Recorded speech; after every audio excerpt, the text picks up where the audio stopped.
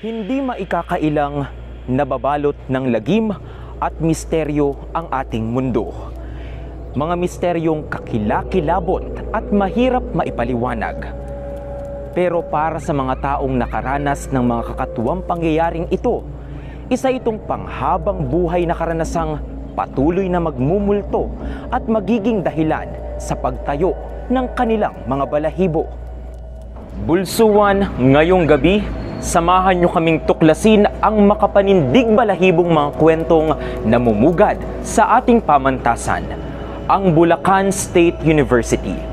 Sama-sama tayong manginig, mangilabot at masindak sa mga kwentong kababalaghang hatid namin dito sa Pace Stereo, Pace Setter Halloween Special.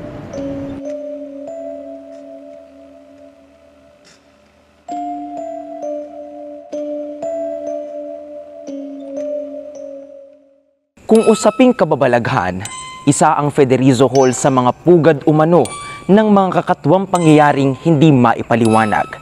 Dahil kabilang ito sa mga pinakamatandang gusali na mayroon ang universidad. At ayon sa mga estudyanteng nag-aaral dito, mayroong isang babaeng hindi maipaliwanag kung ano ang motibo ng pagpaparamdam. Isang babaeng nagngangalang Sunshine na naghahatid ng takot at kilabot sa mga estudyante ng Federizo Hall.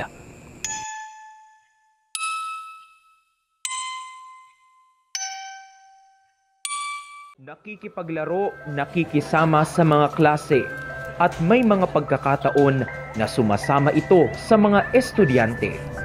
Ganito umano ang madalas na gawing pagpaparamdam ng di umano'y babae sa Federizo Hall. Hanggang ngayon ay tuloy-tuloy pa rin ang kababalaghang namumugad rito. Pasado 8:00 na ng gabi noon.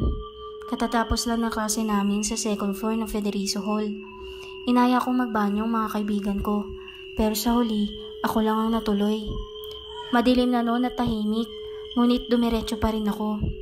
Pagkatapos kong umihi, nagugas na ako ng kamay at naghilamos. Tuloy-tuloy lang ang tubig noon dahil hindi ko naman ito pinatay. Pero nung nagpupunas na ako ng muka, bigla na lang ako nakarinig ng pagpihit ng gripo. Namatay ng kusa ang tubig. Nalamig ako dahil alam ko mag-isa lang ako sa mga oras na yun.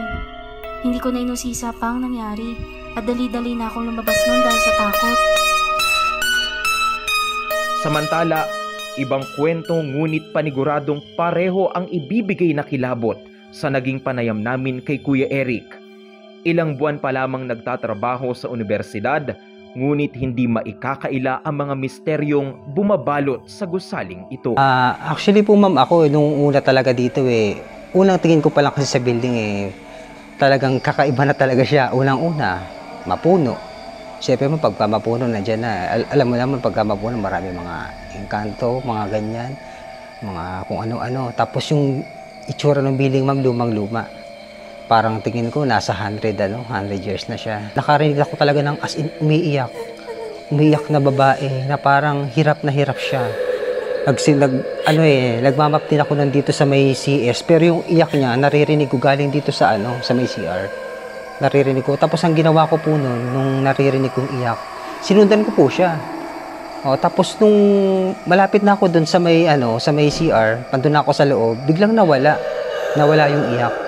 Tapos meron pa po dito, yun po yung andun ako sa barracks, kasi yung barracks po na yun, CR po yun. Mismo po doon, gabi siguro mga 8:00 ng gabi, CCR po ako. Yun, mag-CR ako. Tapos umupo ako saglit. Maya-maya, ma'am, yung kesame ng sa bubong, kumakalampag po yun. Pero wala naman tao doon.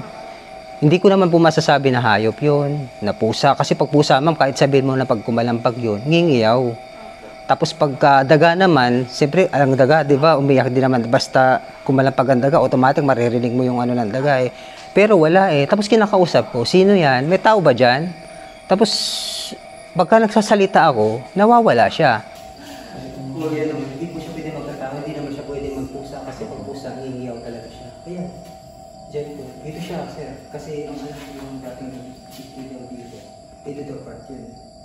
dito daw pa namatay yun. Kaya dito ko rin siya naririnig na kumakalabog. Tapos yung iyak niya, dito rin siya umiiyak. Dito sa pinaka-CR na to. Magsimula doon, magmamapa ko doon, tapos papasok ako dito ko maririnig. Tapos pagka nagkasalita ko sir, nawawala na siya. Isa ang Rojas Hall sa mga sinasabing pinakamatandang gusali dito sa Universidad ng BSU. At sa gusaling ito, talamak ang kwento ng isang nilalang na nanggagaya umano ng mukha. Pero ano nga ba ang katotohanan sa likod ng doppelganger?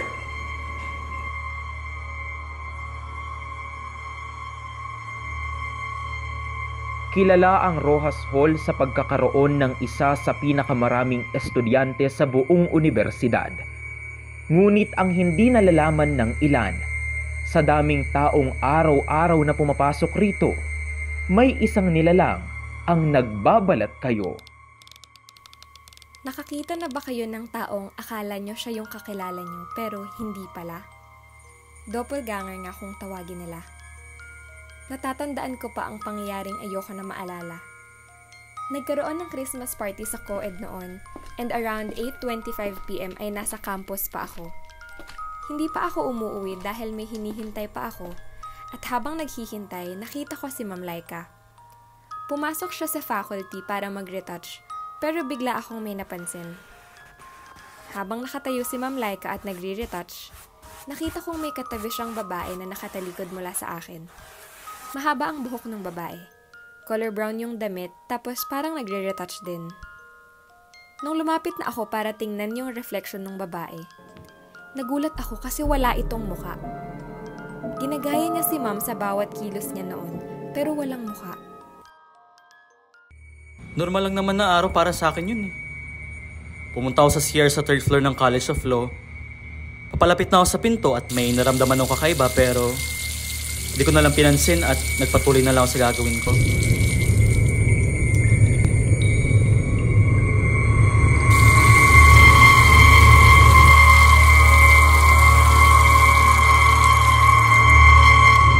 Currently 11:41 na ng gabi at kasalukuyan tayong nandito sa ikatlong palapag ng College of Law building dito sa Bulacan State University.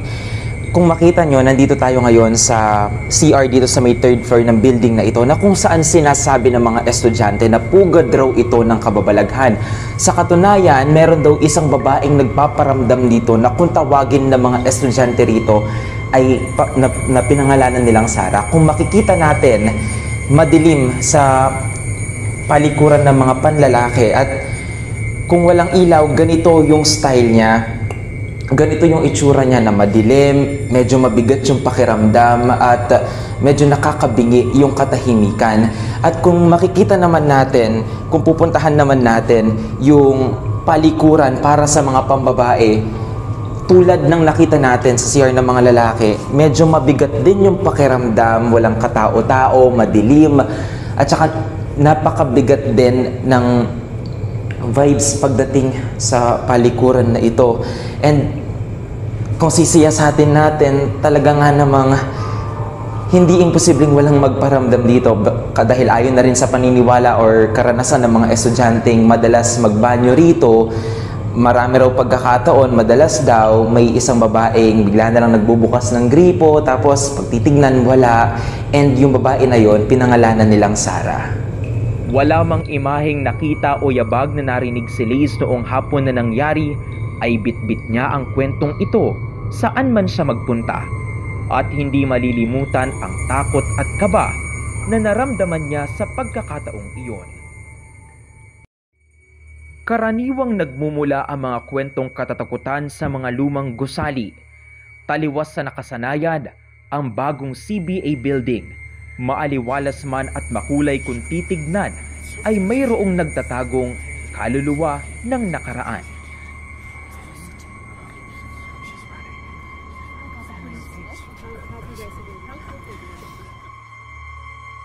Hindi maikakaila na sa mga paaralan nabubuo ang pagkakaibigan.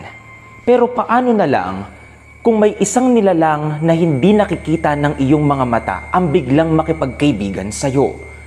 Magiging takbuhan mo pa nga ba ito o siya na ang tatakbuhan mo? Ganito yung itsura ng building ng College of Business Administration kapag gabi. Time check is alas 11 na ng gabi.